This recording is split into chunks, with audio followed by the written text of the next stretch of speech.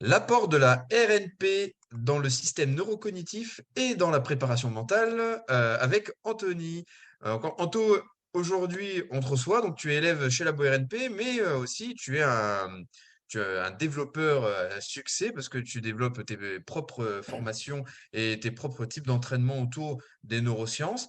Et donc, est-ce que tu peux te présenter puis nous parler de ce que tu fais exactement? Merci de me recevoir aujourd'hui. En effet, je suis un étudiant, je crois que de la cohorte numéro 2 de Labo RNP. J'habite à Bordeaux et mon métier, c'est que je suis préparateur mental spécialisé dans l'entraînement cognitif. Et donc, comme tu l'as dit, il y a tout un aspect des neurosciences aussi derrière tout ça. Ok, alors, donc, comment toi tu as inclus en fait compte les neurosciences dans la pratique que tu avais déjà dans ta pratique sportive et préparation mentale? En, en fait, de base, je suis rentré dans cet univers-là par la préparation mentale. Et en sortant de mon diplôme de préparateur mental que j'ai passé à Bordeaux, il me manquait ce côté un peu neurosciences. Et donc, je ne m'autoproclame pas du tout expert en neurosciences, juste un passionné de cet univers-là. J'ai pris un grand mur dans le visage quand j'ai voulu essayer de me former à cet univers-là en achetant la Bible des neurosciences, tout un tas de bouquins. Je suis tombé dans un univers extrêmement compliqué. Donc, j'ai essayé plutôt de chercher de la vulgarisation à tout ça et de le ramener à l'entraînement. Et en fait, quand je suis allé dans l'univers des neurosciences, j'ai essayé de me former à droite à gauche. Et c'est là que je suis tombé sur Labo RNP parce que je faisais de l'entraînement, j'entraînais, mais j'avais pas toutes les pièces pour savoir évaluer avant de pouvoir entraîner. Et c'est ce que j'ai pu trouver dans Labo RNP.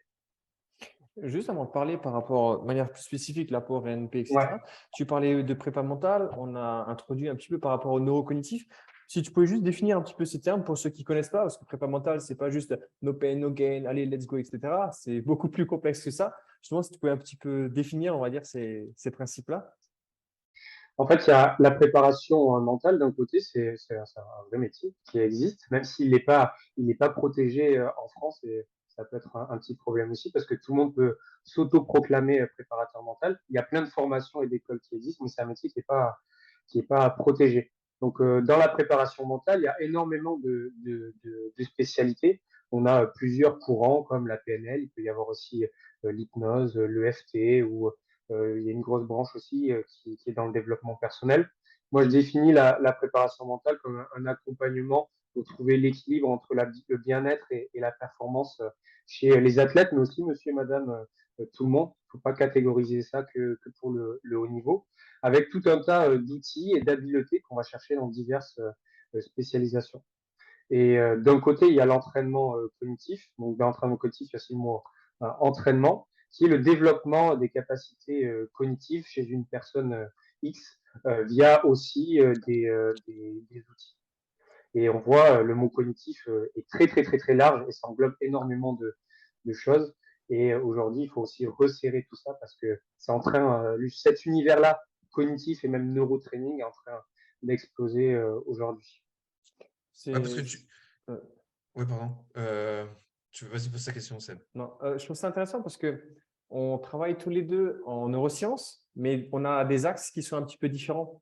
Et ça, je trouve ça super intéressant. Même si c'est des axes différents, on travaille tous les deux sur le cerveau, mais avec une finalité qui est un petit peu différente. Dans ta pratique, comment ça se passe? Est-ce que c'est un bilan, c'est un suivi que tu fais de manière générale? Juste pour mettre une image concrète sur la pratique, en fait, si ça te va. Bah, quand j'entame un suivi, il y a forcément cette phase de bilan. C'est ce que j'ai pu avoir aussi chez RMP. C'est un bilan supplémentaire. Ce qui était intéressant, c'est que j'avais déjà mon bilan psycho plus préparation mentale, mes questionnaires psycho pour sportifs. Suite à ça, je faisais aussi une évaluation cognitive. Donc, cette évaluation cognitive-là, j'utilisais des logiciels qui sont brevetés Hmm. pour évaluer les fonctions cognitives des athlètes. Et puis, j'ai pu rajouter aussi ce bilan RNP-là à ma palette pour avoir un point de vue d'ensemble et faire, comme vous dites, une confluence de données pour pouvoir après faire délivrer un programme et après je me base comme sur la préparation physique, entraînement, évaluation, entraînement. Et pour imaginer un petit peu l'entraînement cognitif et ce qui va peut-être parler à tout le monde, l'entraînement cognitif, aujourd'hui, on le perçoit beaucoup sur les réseaux, sur Internet ou sur peut-être des documentaires chez les athlètes avec un entraînement avec beaucoup de technologie, des lumières, du travail de réactivité, même des casques qu'on met sur la tête pour observer telle et telle chose. Mais l'entraînement cognitif n'est pas uniquement de la technologie, il y a de la méthodologie derrière. C'est un peu les Avec, dérives qu'on a eues avec toutes les, comme on disait, avec les outils qu'on en a discuté un petit peu avant, avec tous les piégés par l'outil et le marketing, par telle ou telle lumière ou tel concept, avec ballon de couleur et tout ça. Donc, vraiment. et donc, on retrouve les mêmes principes qu'en prépa physique avec de la surcharge progressive, etc., des volumes, des intensités qui varient, quoi. Ouais, exactement. Une fois que tu as fait ton évaluation en fonction du sport, des KPI, etc., bah, tu vas essayer de faire une périodisation, soit avec une surcharge progressive, soit aussi ondulatoire en fonction des compétitions de l'athlète, en fonction des prérequis du sport. Tout ça, essayer de l'imbriquer aussi en fonction de son entraînement physique, parce que par expérience, quand je propose ce type d'entraînement-là, et je suis le dernier à avoir la place pour s'imposer. La prépa physique, ça bougera pas. L'entraînement technique, ça bougera pas. Donc, j'essaye aussi de colorer le calendrier des athlètes et leur entraînement avec cette approche cognitive. Il faut aussi l'aval des préparateurs physiques. Donc, j'essaye vraiment de travailler en synergie avec eux. Aujourd'hui, il y a beaucoup plus de boulot qui est dans la communication et dans la démocratisation de ce que je fais, malgré que je vois de plus en plus de personnes autour de moi avoir ce type de technologie aussi. Mais je suis assez optimiste pour la suite. Ça demandera aussi de la formation parce qu'aujourd'hui, bah, tu peux pas trop te former ces diverses certifications et courants que tu vas chercher un peu partout parce que bah, l'entraînement cognitif englobe tout. Tout peut être apparenté à de l'entraînement cognitif, quoi. Et il y a un truc qui est intéressant aussi, tu le mets en avant, c'est qu'il y a un temps de travail minimum par séance. Ça peut peut-être mettre en perspective un peu ce qui est réalisé actuellement sur le terrain, si tu pouvais en parler. Bah, en fait, ce qui est aussi le fil conducteur à beaucoup d'études, c'est qu'on est des êtres ultra sophistiqués et on s'adapte très rapidement à notre environnement. Et que dès qu'on nous met une difficulté, eh bien, finalement, on en a parlé en off tout à l'heure, mais c'est qu'une question de semaine ou une question de mois pour s'adapter. Et même après s'adapter et performer, et puis après que la charge cognitive soit trop faible.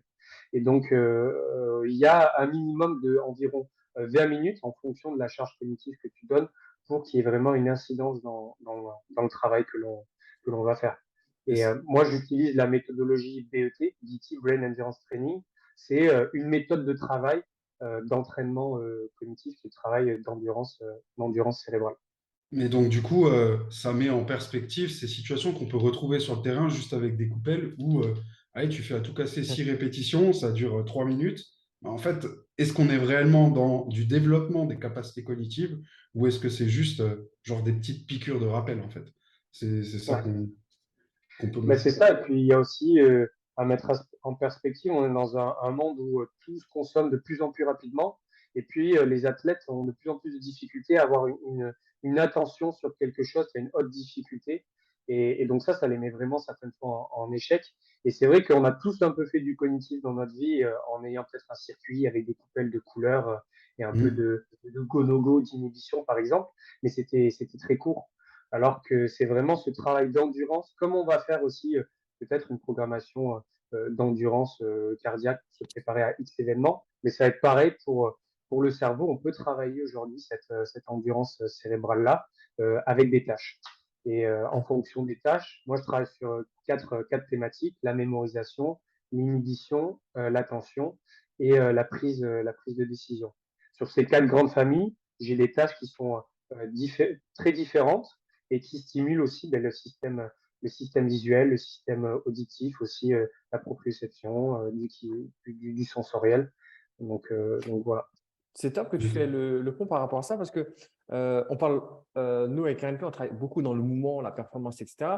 Toi, tu es plus sur le côté cognitif, mais en fait, quand, par exemple, je vais prendre l'exemple simple des réflexes archaïques, on sait qu'il y a une composante motrice, posturale, émotionnelle et cognitive. Est-ce que toi, justement, avec ton expérience terrain, tu as vu des différences ou des évolutions ou un constat terrain entre l'intégration des réflexes ou après l'apport et le travail justement des entrées sensorielles versus ce que tu mettais déjà en place par rapport à ton bilan et ton suivi plus neurocognitif et prépa mentale? Bah, moi, quand je me suis mis face à la pyramide, je me suis rendu compte que finalement, je touchais que le sommet. Mhm. Et puis, RNT m'a permis d'aller aux bases, aux fondations. Et c'est vrai que j'étais déjà pas mal sur tout ce qui est intégration sensorielle, travail la sensorialité, au niveau, notamment au niveau podal. Et c'est vrai que tu te rends compte que même en venant stimuler le système visuel, il y a une incidence après sur les performances au niveau des athlètes. Ok. Mais c'est ce que je me suis rendu compte et c'est là où je me suis dit, mais attends, t'entraînes, mais il va falloir aussi évaluer. Et c'est ce que j'ai pu apprendre et me former sur ça. Et en apprenant à évaluer, tu te rends compte aussi, tu fais des liens. Ok, lui, il ne performait pas par rapport à ça parce que convergence ou n'importe quoi. Et puis après, quand tu mets aussi en parallèle avec tes testings des réflexes archaïques, ben, tu as encore plus d'informations pour faire cette confluence de données. Finalement, tu vois un peu plus clair et surtout, ça te permet aussi de changer la programmation que tu avais donné et des exercices aussi supplémentaires dans leur travail au quotidien. Parce que tu disais, toi, quand tu as fini de te former en préparation mentale, qu'il te manquait quelque chose, tu vois, que tu allais chercher dans les neurosciences. Comment tu as su le quantifier qu'il te manquait quelque chose, tu vois, alors que tu étais jeune préparateur mental? Et du coup, c'était quoi exactement ce qui te manquait? Euh, En fait, en préparation mentale, il y avait beaucoup de concepts qui m'intéressaient, mais j'avais du mal à quantifier, comme tu l'as dit, certaines choses où ça manquait de mesure. Et ça manquait aussi, et après, c'était propre aussi à la formation que j'ai fait, euh, de base scientifique. Et j'avais besoin de cette validation peut-être de certains concepts ou théories qui étaient soit trop spirituelles, ou soit certaines n'étaient pas assez tangibles pour moi. Et donc, je suis allé dans cet univers-là parce que j'ai été confronté, et ça, je me rappelle, j'étais confronté face à un sportif qui m'a demandé, mais comment ça marche là-dedans quand tu me demandes de faire ça, mais est-ce que ça active des zones? Et j'ai été incapable de lui répondre. Et je me suis dit, mince, face aux yeux des athlètes, eux, ils me prennent juste pour un expert du cerveau et je ne le suis pas. Donc, j'ai essayé d'aller chercher dans cette science-là. Et bon, j'ai pris un mur parce que c'était énorme. J'ai pu me former un petit peu tout ce qui est neurophysio, neuroanatomie grâce au neurofeedback aussi. Mais par contre, hyper intéressant parce qu'aujourd'hui, il y a plein de ressources pour se cultiver sur tout ça, quoi. Et Mm. c'est en constante évolution et c'est un monde aussi qui va assez vite. Et il y a l'aspect aussi tech qui est stimulant parce que voilà, il y a de la technologie pour ceux qui sont un peu férus de ça, il y a plein de petites choses à aller chercher aussi, mais ça ne fait pas tout. Ça ne fait pas tout. Ah, c'est des outils. C'est des outils que tu Ouais. viens additionner sur ta méthodologie et ta réflexion, ton système d'entraînement, en fait. Ah, mais l'erreur, je l'ai faite au début. Hein. Par exemple, on parlait du neurotracker. C'est ah, trop bien, il y a ça, je peux pas m'en passer. Ben, tu le mets et puis finalement, tu te rends compte que tu es vachement en retrait. Tu es juste là en aspect motivation pour ton athlète, mais c'est l'application qui va tout piloter. Et puis, est-ce que finalement, c'est ça que je recherche? Et puis, des outils qui étaient très centrales, ben, j'en ai fait plutôt des outils additionnels que j'intègre dans un circuit, mais j'essaie de ne pas être dépendant de cette technologie-là. Ok. Ok, Ça super. rejoint un peu ce qu'on dit toujours, c'est qu'il faut avoir des principes et après, les méthodes ou les outils ils viennent se greffer par rapport à ces principes-là. Il ne faut pas rester dépendant d'un outil ou d'une méthode, en fait. Voilà. Et, Ouais, exactement. et du coup, c'est quoi, si tu devais ressortir une pépite que tu as vue chez Labo RNP, par exemple, et que tu te sers dans ton quotidien maintenant, ça serait laquelle? Il faut en choisir une. Hein. La question. Alors, vas-y, tu as le droit d'en choisir trois, max. Je sais pas. Tu as la Non, patate chaude. mais, Tiens. non, mais je suis intéressé pour savoir. Tu vois, bah, déjà, ta démarche, elle est super positive en te disant, punaise, je sors de formation prépa mentale et je m'aperçois qu'il manque quelque chose et je vais aller le creuser et je me sers de toute cette approche neurocognitive, etc., dans ma préparation mentale. Ce que j'adore, et ça me parle, puisque à la base, Mm. j'étais préparateur mental aussi, tu vois. Et donc, j'aime vraiment la modélisation que tu en as fait. Et là, je me dis, mais qu'est-ce que la Beau RNP t'apporte en plus, tu vois, et que tu te sers vraiment dans ton quotidien. Alors ça peut être peut-être trois choses, tu vois, mais je voulais juste limiter en disant une chose qui vraiment, je sais pas, t'a vraiment aidé, tu vois. Non, mais en fait, quand je suis sorti de formation, j'ai essayé de me dire, OK, maintenant, je vais aller piocher dans différents courants. Je suis d'abord allé me former avec la méthode Oxygen Advantage parce que je voulais trouver une formation sur la respiration. Après, j'étais sur le DT, j'ai fait aussi le neurofeedback. Je suis encore en fin de formation sur ça. Mais en fait, déjà, labo RNP, c'était euh, une avalanche de connaissances que j'ai dû aussi digérer et synthétiser, mais surtout une approche très pratique. Il y avait de la pratique. On venait vraiment coacher. On avait ce rôle de coach-là et auprès de ces athlètes. Mais surtout, moi, ce qui m'a parlé, c'est le triangle RNP avec le système visuel, vestibulaire, proprioception, où j'ai vraiment pu différencier tout ça parce que moi, je suis un peu quelqu'un de dupliqué au niveau des coachs qui plonge dans l'univers du neuro sur les réseaux sociaux et qui voit énormément de conneries et qui doit se refaire une éducation. Et la RNP m'a permis de m'éduquer et aussi d'avoir maintenant un œil peut-être plus critique et de m'apporter énormément d'outils sur le système visuel parce qu'on y va vraiment en profondeur, le système vestibulaire, la proprioception, qu'est-ce qu'en fait les réflexes archaïques, à quoi ça servait et comment on peut arriver à mettre en lien tout ça. Et en fait, la confluence de données j'adore ce mot, parce que que Ça vous fait du plaisir. mettez à venir relier tout ça, en fait, j'ai pu aussi relier votre système-là aux autres systèmes que j'avais mis en place, quoi. Mais Ok, ouais, ok, c'est super. Donc, tu as réussi à construire en fait ton microcosme pour intervenir au mieux dans tes suivis, quoi. Et c'est génial. ouais, et c'est pour ça qu'il n'y a pas j'ai pas aujourd'hui, j'ai pas mon système d'entraînement à dupliquer et c'est labellisé Anthony Lespat. Je suis aussi en apprentissage, en mode laboratoire, de tester plein de petites choses avec les athlètes. Donc, il y a des routes que je prends qui ne sont pas forcément bonnes. Il y a des routes qui fonctionnent, mais c'est ça qui est hyper inspirant dans tous ces univers-là. Et puis, ça m'a permis aussi, avec tout l'écosystème que vous avez créé, en fait, d'ouvrir des portes sur, que ce soit des intervenants que vous mettez en avant ou même lors des présentiels. C'est ça qui me plaît en fait, d'ouvrir des portes, qu'elles soient très scientifiques ou spirituelles, énergétiques, que sais-je, mais ça permet d'ouvrir des portes. Et après, moi, je prends des informations et j'essaie de les appliquer sur le terrain. C'est tout ça qui m'a plu parce que c'est pas juste on défile, on regarde une vidéo, on passe. Il y a un écosystème qui est hyper vaste derrière et qui est en constante évolution. Et donc, franchement, on donne à manger à son cerveau avec vous, c'est fou, quoi. Ok, super. Bon, bah nickel. Je pense qu'on a largement fait le quart d'heure. C'était super intéressant. Ça donne presque envie de voir après maintenant, même en pratique, comment toi tu mets en place les outils.